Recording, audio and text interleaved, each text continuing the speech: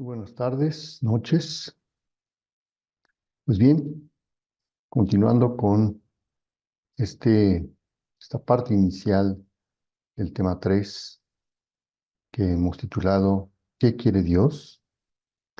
Habíamos concluido la primera grabación con esta frase que, al igual que la pregunta que se usa como título de este gran tema, esta frase también encierra ciertamente algo de misterio, algo de enigma, pero que, de acuerdo a el desarrollo de lo que se abordó en la primera grabación, podemos tener ya algunos indicios de lo que trata, lo que encierra esta frase.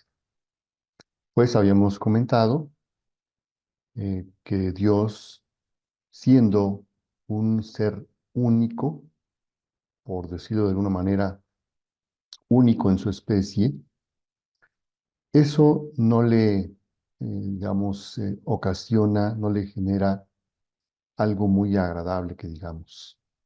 El ser único en su especie definitivamente le significa, pues, aislamiento, le significa falta de correspondencia, le significa no tener con quién desahogar, no tener alguien que esté a la par de él para poder entablar una relación entre iguales, como lo veíamos a lo largo de la grabación anterior, donde se tomaba pues aquella frase tan clara que aparece en el mismo Génesis, cuando en el momento de la creación del hombre, Dios pronuncia aquella frase de no es bueno que el hombre esté solo, y decide crear otro ser de su misma naturaleza, ya que entre todos los animales que había creado Dios, no se encontró ninguno que estuviera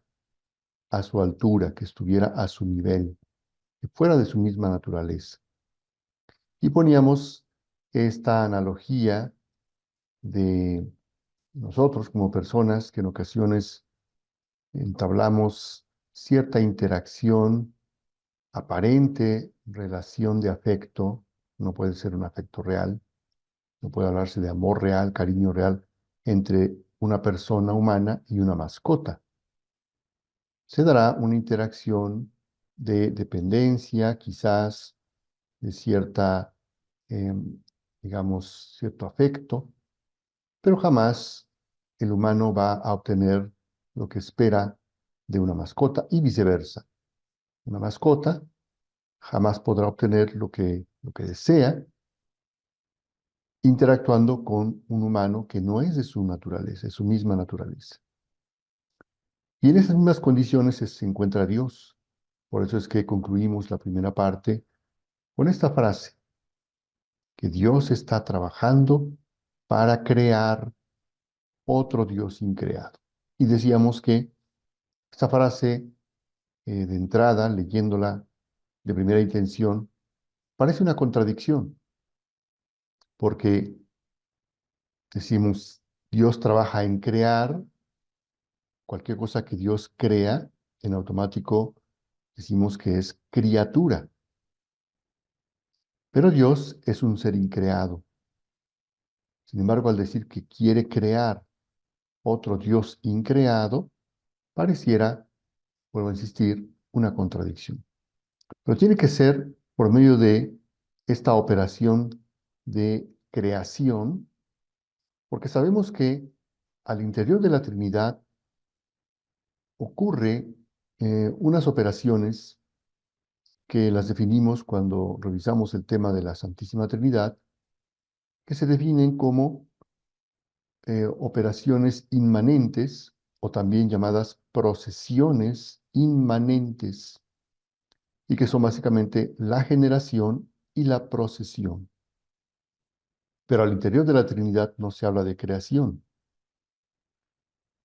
Por lo tanto, al interior de la Trinidad, estas dos operaciones o dos movimientos el de la generación y el de la procesión, no dan como resultado otro Dios, porque la esencia divina es la misma. La esencia divina no se divide, no se multiplica. El Hijo que es generado recibe la esencia completa, total del Padre, la esencia divina, y por lo tanto es el mismo Dios. Y ocurre lo mismo con el Espíritu Santo. De tal manera que si al interior de la Trinidad Dios continuara generando, por decirlo de una manera, una cuarta persona, o que procediera una quinta persona divina, y que este proceso continuara repitiéndose, eso no haría que apareciera otro Dios, porque la esencia divina es la misma. Por eso es que ya se revisó, se estudió que aun siendo tres personas diferentes, distintas, tres personas divinas, hablamos de que es el mismo Dios, la misma esencia divina. Por lo tanto, lo que Dios necesita no es seguir generando, seguir realizando ese acto de procesión, como para el caso del Espíritu Santo, al interior de la Trinidad, sino que necesita echar mano de esa otra procesión que también la revisamos en el tema de la Santísima Trinidad, que es la procesión transeúnte, que se refiere específicamente a la creación. Porque entonces, por medio de la creación, o también conocida como procesión transeúnte, que esto ya va a dar como resultado un tránsito de la dintra de la Trinidad hacia la dextra de la Trinidad, ahí entonces sí se abre esa posibilidad de que pueda eh, dar como resultado otro Dios. Pero ese otro Dios necesita tener la naturaleza increada.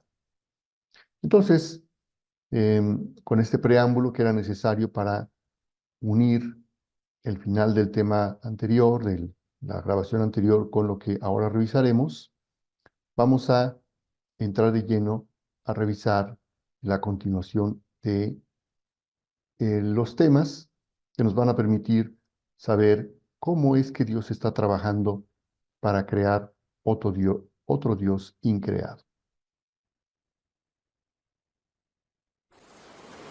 Y decíamos que Dios se puede parecer a ese personaje de esa novela conocida como Robinson Crusoe, este personaje que naufraga, va a terminar en una isla desierta, donde pues no hay ningún otro ser humano más que él.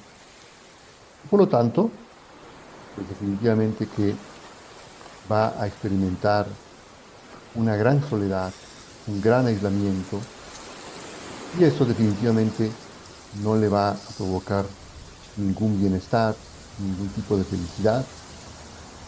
Y bueno, de esta novela se han hecho distintas películas, producciones cinematográficas, una de las más recientes, donde, pues como vemos aquí en las escenas, el náufrago trata de, digamos, percibir o crearse un ambiente donde aparentemente tuviera alguien que lo acompañe, alguien que pueda estar aparentemente brindándole esa compañía en este balón de voleibol, donde quedó plasmada la huella de sangre de mano herida, pues dibuja la imagen, un aparente rostro, y pues llega incluso hasta hablar, platicar con él.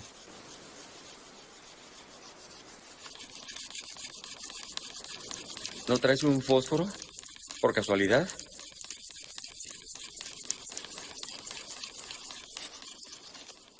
Así es que esta idea, que parecería algo contradictoria, de crear un Dios increado, no lo es del todo si se llega a concretar la situación en que las dos naturalezas pudieran estar unidas en un mismo ser. ¿Cuáles naturalezas? La naturaleza creada y la naturaleza increada. El proyecto de Dios de crear un Dios increado tiene su origen en el pensamiento divino, donde se concibe la idea de una criatura capaz de coexistir con la naturaleza increada. Al decir una criatura, expuesto otra vez, volvemos a caer en esa aparente contradicción, pero vamos a ver que Dios tiene que preparar muy bien, concebir muy bien este plan, este proyecto, para lograr esto que parece imposible, incluso pareciera una contradicción. Es decir, se necesita un arquetipo de hombre Dios. Hombre, naturaleza creada; Dios, naturaleza increada. ¿Pero qué es la palabra arquetipo? Arquetipo proviene del griego argé, que significa fuente, principio u origen, y tipos, que significa impresión o modelo. Es el patrón ejemplar del cual se derivan otros objetos, ideas o conceptos. En síntesis, arquetipo es el modelo perfecto.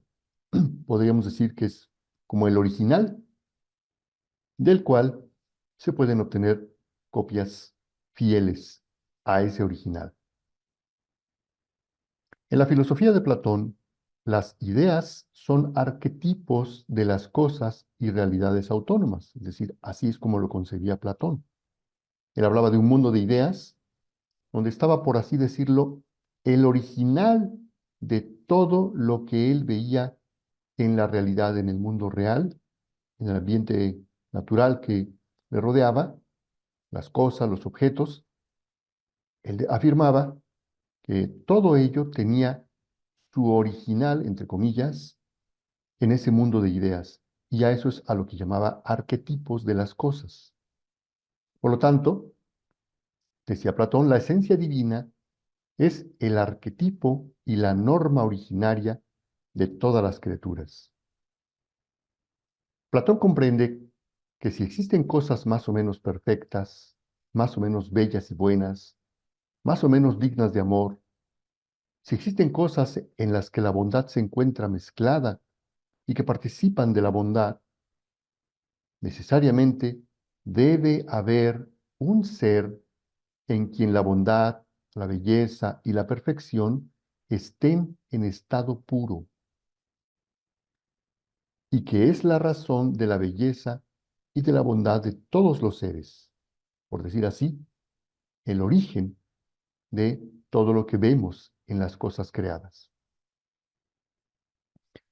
Y se remonta así Platón hasta el verdadero Dios, trascendental y distinto del mundo.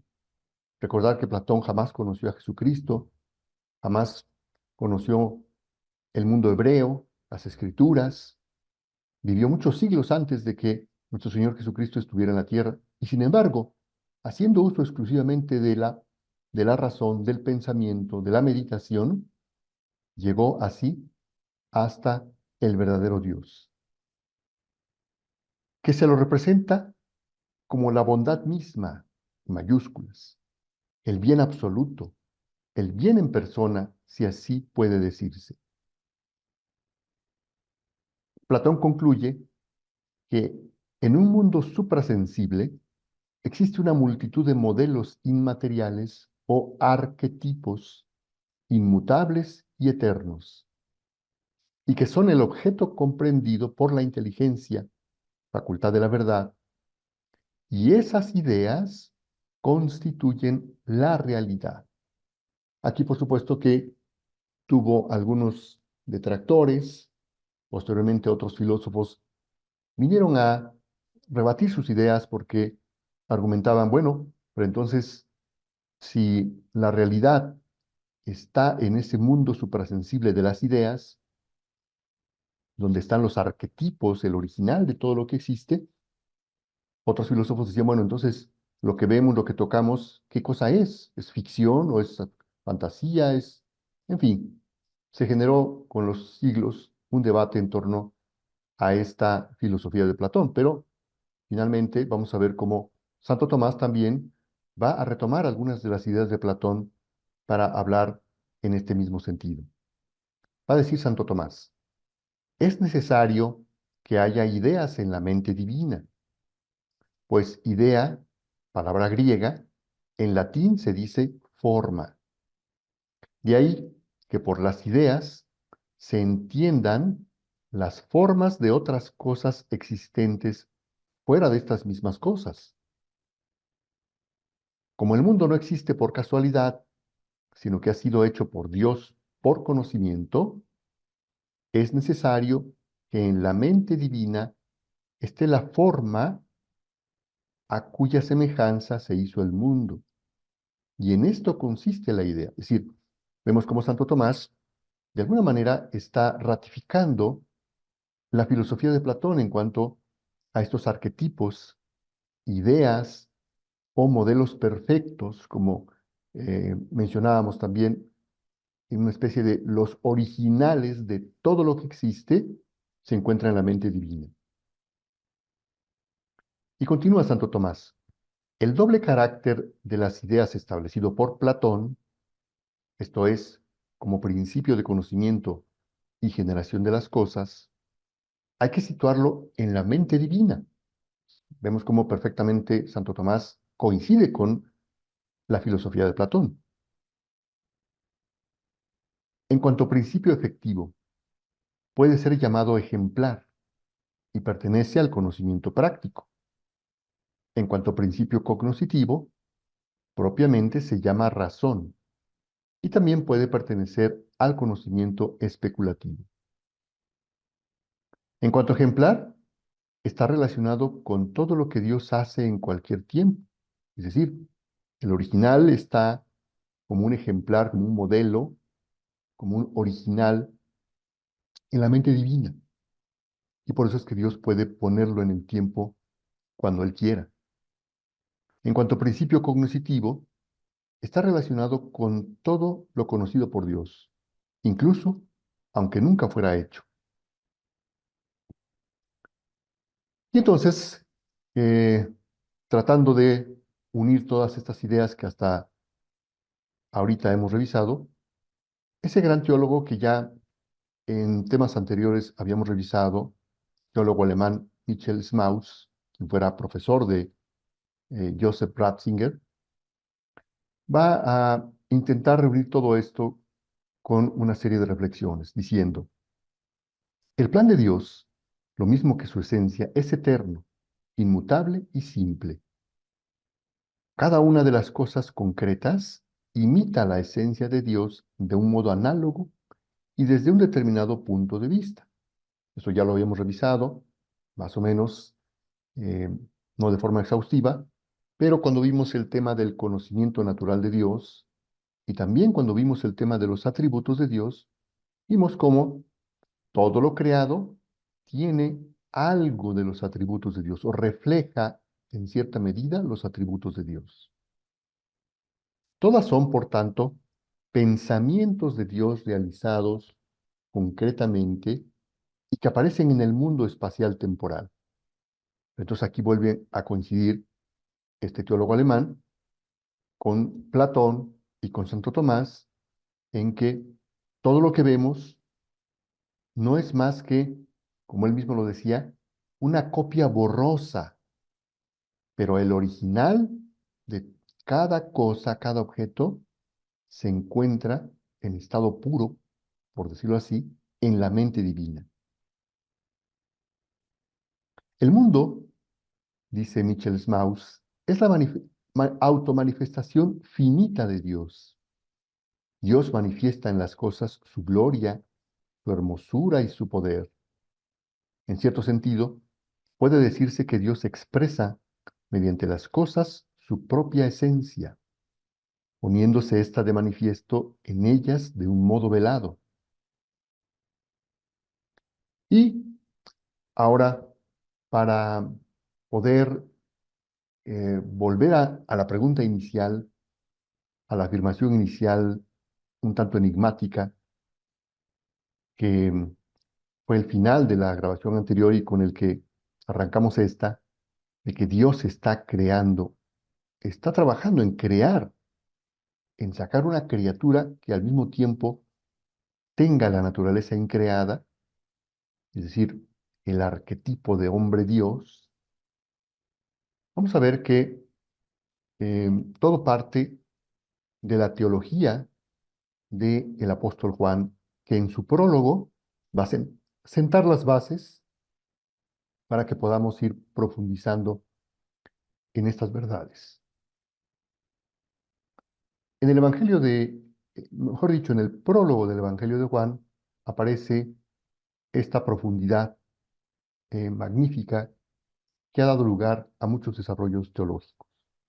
En el principio existía la palabra, también se conoce como el logos. Palabra, el logos son sinónimos. Y la palabra estaba con Dios y la palabra era Dios. Ella estaba al principio con Dios. Aquí la palabra principio no la debemos entender en un sentido de temporalidad, del arranque, del punto inicial de un intervalo, no, sino que aquí la palabra principio la debemos referir a la primera persona de la Trinidad, es decir, al Padre Eterno. Entonces, al hablar de la palabra, el logos, la palabra o el logos es la segunda persona de la Trinidad y la palabra aquí, el término principio, se refiere a la primera persona, al Padre. Por lo tanto, entonces, con esta aclaración, podríamos hacer una relectura de estas mismas frases diciendo, el Hijo, la segunda persona, estaba en el Padre desde toda la eternidad. Todas las cosas fueron hechas por medio de la palabra, y sin ella no se hizo nada de todo lo que existe. Por lo tanto, aquí ya vamos descubriendo algunas pistas para entender esto que hemos revisado hasta el momento de la mente divina, el plan de Dios, las ideas que hay en la mente divina y cómo, de alguna manera, esto que San Juan llama el logos, podría entenderse como esa mente divina, esa mente del Padre. El logos de San Juan implica el pensamiento de que en él está la idea divina del mundo. El logos es, pues, la garantía del sentido y existencia del mundo, el aval de su existir y ser. Fundándose en la expresión logos, Tertuliano y sobre todo San Agustín comparan al Hijo, segunda persona de la Trinidad, no con la palabra externa, sino con la palabra interna, es decir, con el pensamiento del Padre Divino. Los seres humanos, antes de expresar un pensamiento mediante la palabra hablada, le pronunciamos silenciosamente en nuestro interior. Cuando queremos comunicar un pensamiento, le transformamos primero dentro de nosotros mismos en una palabra interna, de la cual la palabra hablada es signo visible y audible, podríamos decir, es encarnación de esa idea, de esa palabra intramental. La generación divina se puede comparar y explicar en forma análoga con esta palabra interna. Recordad que la generación divina es una de las procesiones inmanentes a la Santísima Trinidad que da como resultado, por decirlo así, a la segunda persona a partir de la primera persona que es quien genera, quien engendra. Y la segunda persona, el Hijo, es generado, es engendrado. Pero no hay multiplicación de la esencia divina. La esencia divina sigue siendo una, única, un solo Dios. Entonces, La generación divina se puede comparar y explicar en forma análoga con esta palabra interna, con el pensamiento formado en nuestro espíritu mediante esfuerzos espirituales lógicos. Al designar al Hijo de Dios, segunda persona de la Trinidad, con la expresión logos, se indica, pues, que su generación se verifica en la esfera del pensamiento divino, el pensamiento del Padre. El Padre genera al Hijo, palabra intradivina, mediante un acto cognoscitivo, lo mismo que nosotros formamos un pensamiento mediante la actividad lógico-cogitativa. El Padre ve y abarca toda la realidad. Conoce además su propia divinidad y todas las formas posibles mediante las que puede manifestarse finitamente. En esta mirada penetrante y universal, ve el cielo y la tierra. El Padre da forma y figura mediante un pensamiento profundo y universal a todo lo que conoce en su visión completa y general. En ese pensamiento están presentes su propia divinidad y también el ser de la creación. Mediante ese pensamiento, habla consigo mismo sobre su propia grandeza y la grandeza del mundo. Del pensamiento profundo y universal formado por el Padre, se puede decir que es la palabra que el Padre se dice a sí mismo. La palabra divina es incondicionalmente subsistente. Podemos decir que es independiente, es persona. Es realidad purísima sin presentar mezcla de realidad y posibilidad. La palabra de Dios no está sometida a la caducidad porque participa del poder existencial de Dios que es eterno. Su poderío existencial es el poderío existencial absoluto del Padre. Por eso decimos que el Hijo y el Padre es un mismo Dios, no son dos dioses. Por eso existe desde la eternidad la palabra en que el Padre pronuncia, expresa a Dios y al mundo. El Padre la pronuncia incesantemente desde la eternidad. Existe con fuerza incondicional en tanto que el Padre la forma siempre a través de un proceso eterno. Resuena, por tanto, en todos los lugares y a través de todos los tiempos. Si es que nosotros no podemos percibirlo, la razón de ello consiste en que nos faltan los oídos adecuados. La palabra pronunciada por el Padre no solo posee potencia existencial indestructible, sino también absoluta plenitud de contenido. El Padre ve toda la riqueza del ser con una sola mirada de infinita profundidad y extensión, y expresa su conocimiento por medio de un pensamiento de absoluta simplicidad e inconmensurable plenitud. No forma este pensamiento para objetivar y presentar ante su espíritu la realidad que ha de ser conocida. Antes bien, el pensamiento del Padre es la expresión intradivina y exhaustiva del conocimiento de Dios y la revelación intradivina de su infinita actividad pensante. Esta, esta manifiesta su fecundidad produciendo un pensamiento que no desaparece nunca, que subsiste, que posee la misma fuerza existencial y la misma plenitud que el Padre, el cual piensa y engendra pensando. La palabra de Dios no solamente es subsistente, además, se conoce a sí misma y afirma su propia existencia. Por lo tanto, es persona y está ante el Padre bajo la forma de yo personal, es decir, el Hijo consubstancial al Padre. Se vuelve hacia el Padre y contempla su semblante, conversa con Él. Más aún, en tanto que se vuelve hacia el Padre, no es más que la respuesta personal dada al Padre. Es decir, que en la generación de la segunda persona de la Trinidad por parte de la primera persona, el Padre le entrega, le comunica a la segunda persona todo el plan, ese proyecto de querer que haya otro Dios, pero otro Dios increado. Y lo que hace el Hijo es conocer ese plan y llevarlo a efecto. Y vamos a ver más adelante cómo es que el Hijo da respuesta, satisface el deseo del Padre, lleva a cabo el plan, lo lleva a ejecución, con esto que aquí se menciona como que el Hijo es la respuesta personal dada al Padre. La palabra personal intradivina es palabra del Padre en tanto que el Padre la pronuncia y es respuesta dada al Padre en tanto que esa palabra contempla al Padre.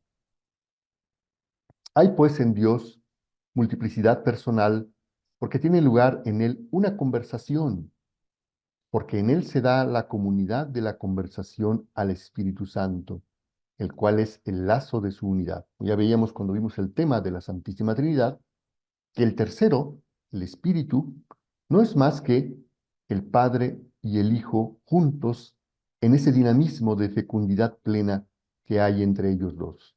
Podríamos decir que es la conversación en persona que ocurre entre el Padre y el Hijo. El Espíritu Santo es, por decirlo así, el sello que garantiza que el Padre y el Hijo se comprenden mutuamente en la conversación. En la palabra y la respuesta interviene y se manifiesta un amor infinito. Es por eso que al Espíritu Santo se le llama también como el amor divino. Como quiera que Dios Padre no conoce la realidad en una serie de procesos cognoscitivos sucesivos, sino que la ve mediante un solo acto, produce también un solo pensamiento que expresa exhaustivamente todo su conocimiento. Este posee la misma riqueza de contenido y la misma fuerza existencial que el conocimiento paterno.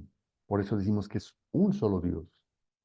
El conocimiento fecundo del Padre no es meramente un acto producido por el Padre, al contrario, es el Padre mismo. Por otra parte, el acto cognoscitivo fecundo y personal es idéntico con el ser personal de Dios. Es decir, este acto cognoscitivo es persona, la segunda persona de la Trinidad. Así también, el Hijo es la expresión del acto cognoscitivo fecundo del Padre, una expresión objetivamente idéntica con el ser de Dios. Por consiguiente, tanto el Padre como el Hijo son la realidad divina, la naturaleza de Dios, el ser divino, la vida divina. Por eso es que, mientras Dios continuara actuando en el adintra de la Trinidad, jamás lograría su deseo, su querer de que existiera otro Dios, porque al interior de la Trinidad, en el adintra de Dios, lo único que hay es el único Dios verdadero, único en su naturaleza, único en su esencia. De ahí la necesidad de salir a la dextra para lograr el plan. El uno lo es bajo la forma de sujeto fecundo, es decir, el Padre. El otro como expresión de lo fecundo del acto cognoscitivo, el Hijo. La palabra divina es expresión y síntesis de todas las ideas divinas relacionadas con el mundo, debiendo ser considerada, por lo tanto, como causa ejemplar, arquetipo, imagen interna de la realidad extradivina.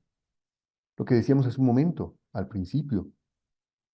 Esa segunda persona de la Trinidad, la palabra, el logos, es el arquetipo, el modelo ejemplar, el original de todo cuanto existe, como arte del Padre con respecto a lo extradivino.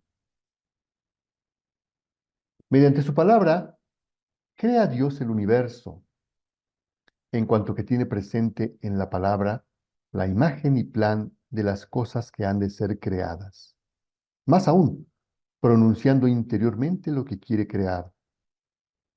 Por eso se puede decir con San Agustín, no es que Dios no hubiese conocido lo que operaba mediante el verbo, Si sabía lo que obraba, estaba esto en él antes de que hubiese sido hecho.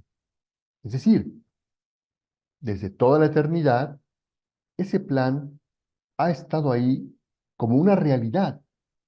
Nosotros le llamamos plan para darlo a entender en lenguaje humano, pero en realidad Dios no planea nada, porque planear significa tener una expectativa de un acto o unos acontecimientos futuros. Le llamamos plan simplemente a manera de una pedagogía para poder, de acuerdo a nuestra capacidad humana, entender el querer de Dios. Pero ese plan, entre comillas, no es algo que Dios está por realizar, sino que es una realidad ya concretizada en su mente divina. Por consiguiente, en aquella palabra mediante la cual ha hecho todo, estaban todas las cosas antes de que fuesen hechas, y después que hubieron sido hechas, están todas allí, pero de diferente manera aquí y allí. Aquí, en la propia naturaleza en que han sido creadas, tal y como las conocemos. Allí, en el arte por medio del cual han sido hechas. Es decir, lo que hemos insistido tanto, el original, el modelo perfecto, ha estado siempre en la mente eterna de Dios. Dios se expresa a sí mismo en el Hijo, pero Él expresa también todas las posibilidades del ser creado, todas las posibilidades que quiere realizar y ha realizado mediante la creación, y las posibilidades a las cuales no ha concedido la realización, como por ejemplo lo que manifiesta San Pablo en su carta a los Efesios, de que fuimos creados para ocuparnos en las obras que el Padre pensó para nosotros desde toda la eternidad, pero que por nuestro libre albedrío estamos en completa libertad de llevarlas a cabo como el Padre las quería o como nosotros de acuerdo a nuestra voluntad. Y sabemos que precisamente no hemos realizado lo que el Padre quería como lo quería. Por eso, eso está a merced de una realidad contingente, una realidad condicionada a nuestro libre albedrío. Su palabra es la fuerza que funda la realización de estas posibilidades que la sostiene, que entra en ellas de un modo creado, que se encarna en ellas. Las cosas de la creación son lo que Dios dice de ellas, y porque habla de ellas en tanto que creador, por eso existen. Todas las criaturas son realizaciones finitas de la palabra eterna en que el Padre las nombra en su conversación con el Hijo. Todas las cosas son encarnaciones creadas de una palabra, cuyo sonido original, partiendo del Padre, ha resonado y resuena en el Hijo. Así es que, con con este conjunto de ideas, podemos entonces tener ya este primer panorama de esto que hemos llamado un plan de trabajo, pero como hemos aclarado, Dios no hay planes, Dios no planea a futuro, pero es una forma de dar a entender que en la mente divina Dios lleva a cabo todo lo que quiere alcanzar, por decirlo de una manera, pero que en su mente divina es una realidad. Entonces, este Dios increado, que tiene que ser forzosamente, en primer lugar, criatura, porque si fuera una cuarta, una quinta persona divina, definitivamente jamás se lograría ese objetivo de que fuera otro Dios de la misma naturaleza increada. Por lo tanto, tiene que originarse, por decirlo de alguna manera, de un acto creador. Pero en la mente divina, esa esa posibilidad no es una posibilidad, sino es una realidad. Pero bueno, ya con este preámbulo y este panorama de cómo suceden las cosas en la mente de Dios, como realidades concretas, vemos que entonces esta digamos, meta de tener otro Dios increado se va a concretizar en lo que hemos conocido como la encarnación. Pero por supuesto de ellos hablaremos en la siguiente entrega. Por lo pronto, os animamos a continuar profundizando en estos temas. Hasta la próxima.